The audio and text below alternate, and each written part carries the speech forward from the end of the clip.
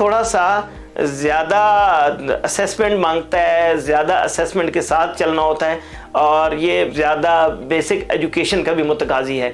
बाहर जो है इसकी प्रॉपर ग्रेजुएशन, पोस्ट ग्रेजुएशन तकरीबन 5 इयर्स की स्टडी होती है ग्रेजुएशन लेवल की। पाकिस्तान में अक्सर लोग जो हैं वो उस लेवल के क्वालिफाइड नहीं है कि वो उसको देख सकें और कर सकें। हाँ, बेसिक काम तो वो कर लेते हैं, कड़ाका निकाल दिया, जॉइंट फिक्स कर लिया, लेकिन क्या इस पेशेंट का जॉइंट फिक्स करना था या नहीं करना था, ये डिसीजन थोड़ी अच्छी एजुकेशन और अच्छी ट्रेनिंग्स मांगते हैं, जो पाकिस्तान में बदकिस्मती से अवेलेबल नहीं है अभी तक। मतलब है इस फील्ड का स्कोप भी बहुत ज़्यादा क्लियर नहीं है और क्वालिफाइड इंडिविजुअल्स की भी बहुत ज़्यादा कमी है, जबकि क्वैकरी सबसे ज़्यादा इस फील्ड में है।